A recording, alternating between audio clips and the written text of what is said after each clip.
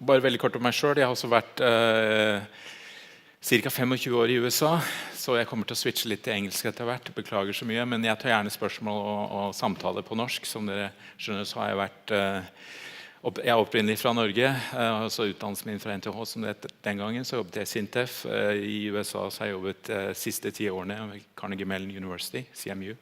Før det så jobbet jeg hos NASA en periode, også hos Rockwell, som også en sånn industriell General Electric, hvis dere kjenner til det konsernet. Og ja, la oss sette i gang. Som det ble nevnt her, så har vi et veldig spennende initiativ på AI, eller kunstig intelligens, i Trondheim. And I think I'll switch to English now, because most of my slides are in English. Apologies.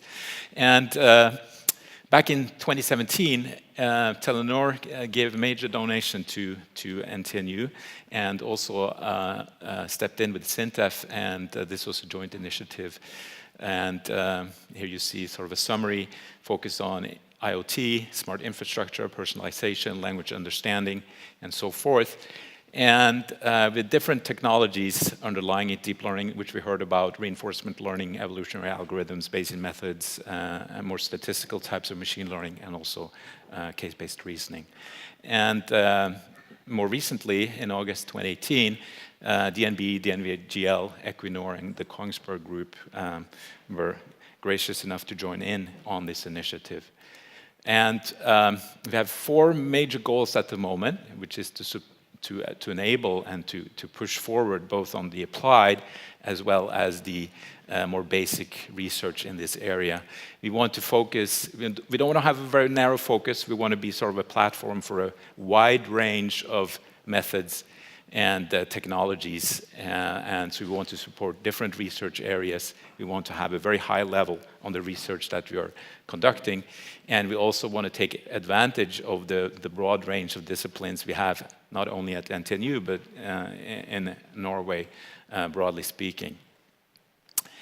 And we have, to explain what we're doing, obviously this is a relatively short time frame here today, so we have sort of categorized some of our research under the SDGs, or sustainability goals of the United Nations, and here are some of the main ones. This is a Norwegian, so god helse, god utdanning, likestilling, energi, ren energi for alle, anstendig arbeid, økonomisk vekst, innovasjon, infrastruktur, mindre ulikhet, bærekraftighet, forbruk, produksjon, gjør det mer ansvarlig, stoppe klimaendringene, liv under vann, og også samarbeid for å nå disse målene. And in particular, so far at least, we have focused at NTNU on the clean energy part, on the energy efficiency, smart IoT sensors, sustainability, and with a focus on transportation, and also given Norway's history in the area of aquaculture and shipping and so forth, life underwater is another key area. And I'm going to present a little bit of what we're doing in a little bit more detail here.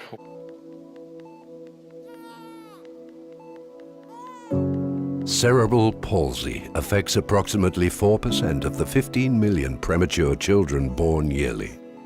The earlier we can diagnose this disorder, the sooner we can reduce the risk of further damage.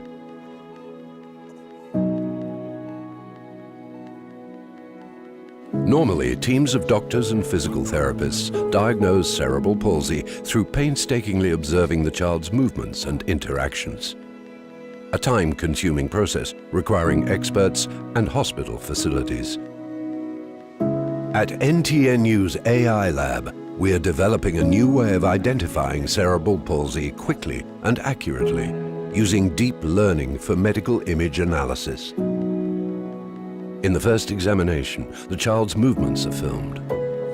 Then, a computer analyzes the images and identifies children with potential symptoms of cerebral palsy using advanced artificial intelligence before a specialist verifies the findings. Using this approach, NTNU's interdisciplinary collaboration speeds up the diagnosis process and allows children in need to receive early treatment. Our researchers have also developed a mobile app that allows parents to carry out an initial assessment of their child in the stress-free surroundings of their own home. However, as with all digital systems, even machine learning and artificial intelligence has its limits, physical limits, due to the fact that this technology is based on an over 50-year-old method fast approaching its maximum tolerance. Inspired by the human brain, researchers at AI Lab are developing new technology that can provide a starting point for the future. By engineering networks of living neurons, we get insight into the learning processes of the brain. From this, we can mimic brain function in nanomagnets to create computer technology for the future. While technologists want to create new computers and neuroscientists are striving to learn how to restore neural connectivity and function, our team works to implement aspects from both disciplines, using robotics to explore the communication between living neurons, electrical circuits, and the physical world. The insight we gain from this comprehension can one day create the next generation of computers and help paraplegics walk again. If in-depth knowledge of artificial intelligence goes hand in hand with an understanding of how it may be applied, we can develop the technology of tomorrow. With Norwegian Open AI Lab, industry and research come together to create artificial intelligence for a better future. Okay, so let's drill into a little bit more detail on our initiatives. And we have, as part of this effort here with the lab, we want to not only do theory and method development, but also have collaboration with domain experts that help us to interpret and create good data sets for machine learning, but also take those new methods and new models, new programs to value creation in collaboration with our partners or in brand new companies, startups, spin-offs, etc. And here's a few, I don't want to spend too much detail here, but just to give you some specific idea of what's going on. We have AI for EU, which is an EU project to create the next generation of an AI platform. It has around 80 partners, and we're part of it. We have Professor Tufte, that we saw represented towards the end of the video. He's very focused on, among other things, neuro-inspired computer architectures. This is a little bit more long-term, but he's also interested in making computing more energy efficient and therefore make it more powerful potentially down the road on mobile devices, which today you very quickly reach the energy limit and how much you can burn in your computing on your GPU, for instance, on the handheld device. We have several energy projects and as well as other health projects here. One is with how to make lower back pain more manageable for the individual person, so you don't need necessarily to always go to the doctor or to the physiotherapist to work on that. And we also have here a company that's being started up, and it's again an energy project. We also have other internally developed projects that we are very proud of. I guess one area we didn't talk about much so far is mobility and transportation. And we're also very focused on air quality, so there's another health-related project here. This is both with Telenor, security, event detection, IoT, motion-based analysis, not only of image data, but also based on data you can collect from wearables, data you can collect from maybe a smartphone or something you have, a smartwatch, etc. That's another area we're quite interested in. And we have also just recently got funding for an autonomous vehicle, and very interested in applications of that. Here are some examples of what our funding goes towards. Yang Zhirong came from Aalto University. He was hired this year in April. Myself, I'm funded by Telenor for the first five years at NTNU. He came, as I mentioned, from CMU, started this fall. Rolf Mester, he will be starting full-time from April 2019. And we also have other positions that have been funded by this new money stream that has come from industry. I should also mention that we're reaching out to other faculties and departments at NTNU, including information security, communication, electronics. We have a very exciting initiative now with what used to call just cybernetics, but now also they're more focused on robotics, on explainable AI, as well as other parts of NTNU, and we're looking to expand beyond these parts of NTNU. Here are some example events that we have been hosting, that we have been delighted to participate in. We've had quite a few visits over just since the summer, and we also are participating in recruiting events, and we have what we call an AI Inspiration Day for industry that's actually taking place later this week on the 15th, where industry partners as well as students are invited, and a part of this is also a Best AI Lab Thesis award is given to NTNU students at the moment. So one thing that's I think important to address and to think about is, you know, what happens after you've been at NTNU, what happens in the world outside of Norway, and what are the technology trends as far as what type of background do people have. As I mentioned earlier, I've been 25 years in the US, and one very well-established survey there is this Tolby survey, and they look at every year where do, in particular, PhDs go after they graduate, and also what area do they specialize in.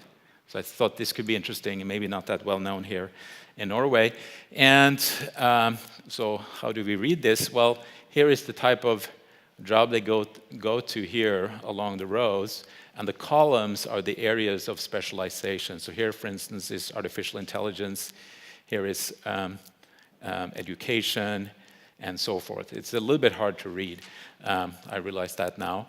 But when it's all said and done, if you look at, here's sort of my summary of this particular slide, AI now, followed by security and software engineering, are the top 3 specialties for new computing PhDs. Okay, so if you look at this trend, I was actually surprised that AI has sort of come from behind in many ways. If you just look at maybe 3-5 years ago, it was not as clear of a winner, if you will, as it is now. And this is not even counting the PhDs in robotics and vision. Second major point here is that among all the PhDs, 62% go to industry in North America. So this is not only an academic, exercise any longer, where the PhDs, they get their degree, then they go to academia, and that's the end of the story.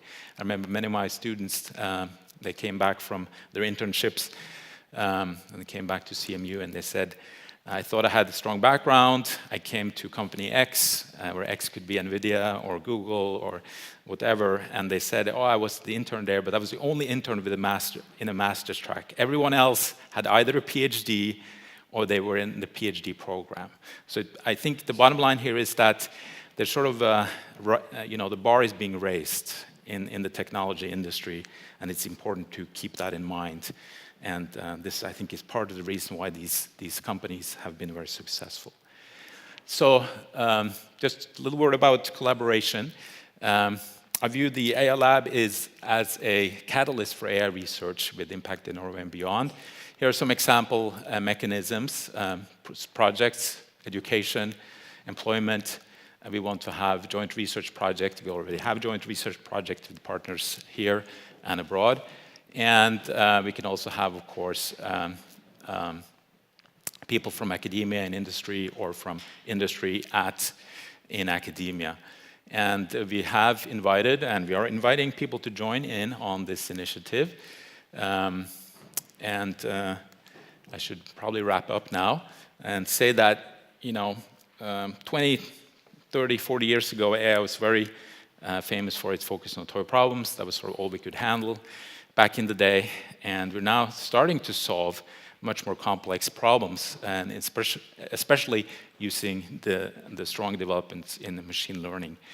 And I want to cite here very quickly, Digital 21 points to 4 key areas of Norwegian government investments in the future, and the Kunstig intelligens, artificial intelligence, is one of them. And we also noticed that Kunstig intelligens, AI, could play a role, maybe should play a role, to some extent at least, in the other 3 areas. We have received great support from industry in the AI lab, and we're inviting others to join. And I invite everyone to use AI to solve society's big problems and improve also the state of the art in the process of doing so. Thank you very much.